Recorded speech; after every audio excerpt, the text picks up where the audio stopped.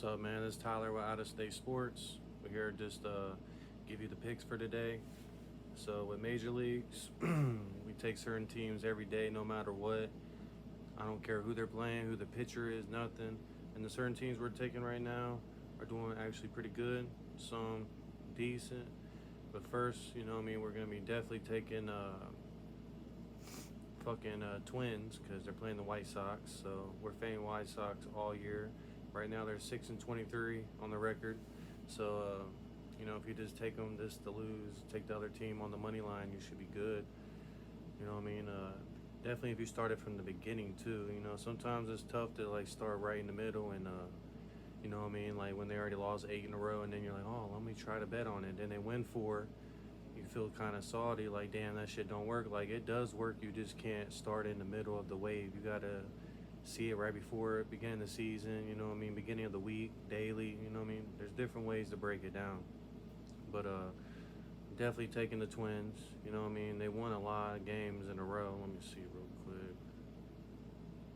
They might have lost last night. No, they won 1, 2, 3, 4, 5. So they won their last 5. I don't know if they won after that, but so even if you just took the Twins to cover or just to win in general, you'd be up the last 5, 6 games. And second, we're going to be taking the Phillies. Phillies are 19-11, so if you were just able just to take them on the money line every game, you'd be up right now. So that's a good thing. And they're playing the Angels.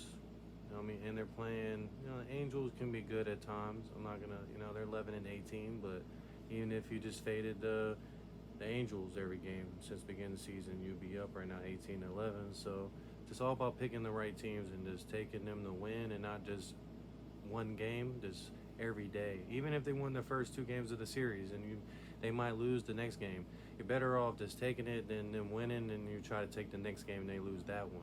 It's just baseball's a little tricky, but usually if you take teams that are usually over 500, you just bet on, even if it's $20 to 100. If you could take just whatever the unit is, what the money line's 150, and you bet the 150 win 100, you still win $100, and you put that into the next games, and you might be like the Twins and win 6 in a row, and then you're up, and then you can start putting that in another team.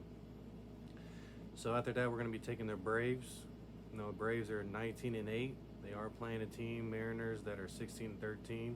That are a tough team, but it don't matter to me, man. I'm taking the Braves every game. They're playing pretty good. They're 19-8 if you just took them on the money line, and that's really all we worry about out here. We're not trying to, like, you can put them to cover, but they can win 6 in a row, but just win by 1 point the whole time, and then you're just like, damn, whoop, whoop, and better off just betting that little extra $30-$40. If one of the money lines like 250 or something, take that cover on that game, because if Vegas has them favored by 250 on one baseball game, they're probably going to win 6-2 or 12-4 or something crazy. So if it's over a high money line over 180 to 200, then yeah, take the cover. And then lastly, we're going to be taking the Reds. I live right in Cincinnati, so it's just a team that I've been wanting to take all season. They started kind of slow at times and started good. Some series, it's different than others, but the Padres are a decent team, don't get me wrong, but we see them a lot throughout the year.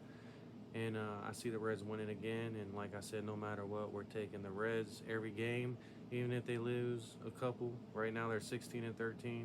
So, you have 3 units right now. So that's not bad right now.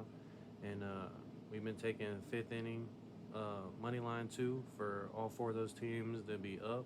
Or at least, if you want to say covering 0.5 at the 5th inning, because usually all 4 of those teams are pretty explosive. They score quick, and even if it's the other team, for example, the other team's winning, but then your team wins at the end, or the Braves are up at the 5th inning and then they lose, you're still even. You know what I mean? And you can even do a first inning, no runs. It's been kind of spooky a little bit the past week, but if you could do it on every game like that you can bet on, it's pretty rare for all teams to score in the first inning. So, if there's 12 games, and if you can bet on all 12 games for no runs in the first inning, you should at least be able to hit like 7, you know what I mean, and be up a unit to 2.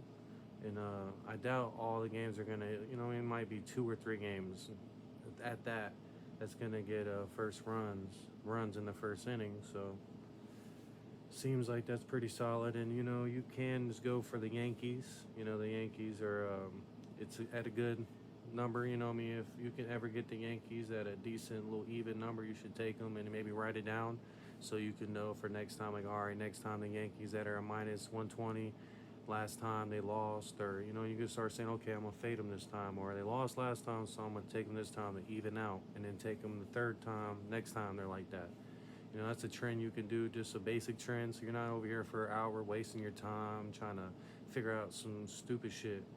And then after that, man, we definitely gonna be taking the Giants with the Red Sox. Red Sox, they're still doing decent, and Giants, I think, have a tougher schedule. They're playing tougher teams, and I see all the times about the Red Sox injuries right now, so I'm just gonna take Giants on that game, just to try to play safe in a way.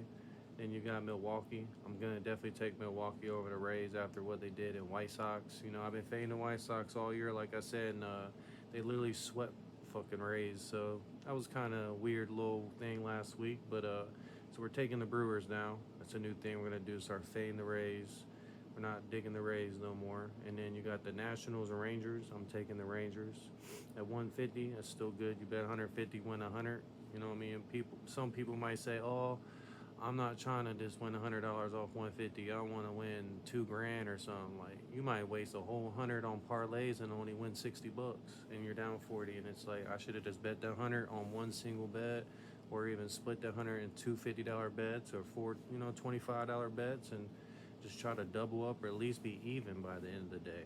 So you're not sitting here wasting all your money and wasting all your time on parlays and shit. You know what I mean? That's just my opinion on that.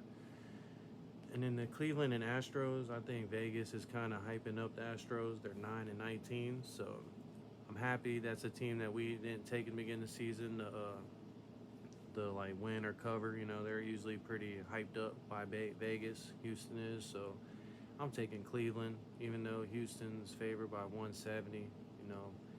Fuck it, put $10 on Guardians to win or something, or maybe even be up fifth inning, and then take them fifth inning and full game, and hopefully you win both. Because I've been seeing that a lot lately. When you see a team that is playing a team that's over 500 and the other team is favored, it's kind of spooky. It's more about the name than what the game's really gonna. You know what I mean? Like, even if the pitcher's better, like, let's look. Like, Houston's playing a pitcher that's 0-4 right now in the season. Got 17 pitches inning, and it's not good at all. So it's not looking great for them. So I definitely wouldn't go for that. So I'm going for Cleveland there. And after that, you got the Dodgers and Diamondbacks. If you really want, you can go either way on that game. A lot of people probably going Dodgers. Probably better off going Diamondbacks, because Dodgers are still a little spooky on the pitchers, and it's still young, and they're kind of a team that ain't been together like that. Compared to Diamondbacks, they've been together. They went on that long stretch last year, so I wouldn't be surprised if the Diamondbacks win that game, and they're at home. It's even money, so take whoever you want to win, honestly. Take them fifth inning too, so you have a chance to win it twice, or at least cut even, or you can lose both. But if you bet on all the other games, like I'm saying too, you should not be down every night. You should at least be up 2-3 units a night, or at least the worst cut even, because it's, as any gambler would know, there is nights you might go 0-6 or 0-8, but that's not every night. And usually on those nights you go 0-8 is like after weeks of going, up 12 units here, 10 units here, and you're gonna take losses sometimes, bro. Don't, take it on the chin and do what you gotta do, but I think it's the way to do. So definitely with that, man, with baseball. And the last game, I guess, Pirates and Athletics. I guess just go for the Pirates. Athletics, I kind of been fading them this year, but then they start playing decent, so I stopped. But I might start fading them again. Definitely when they're at home, and they're at home here, so I can see it being a thing you should start doing, because the A's, if you know anything about it, they're not doing good. They're about to leave Oakland and shit. Everything's bad out there, so nobody's really going to home games. They're saying that more Oakland fans are going to away games more than home games. So yeah, man, just take the Pirates here. Maybe see that, like, keep an eye on that. Watch fade the A's when they're at home. And when I say fade, I'm saying just take the opposing team's money line. You can put cover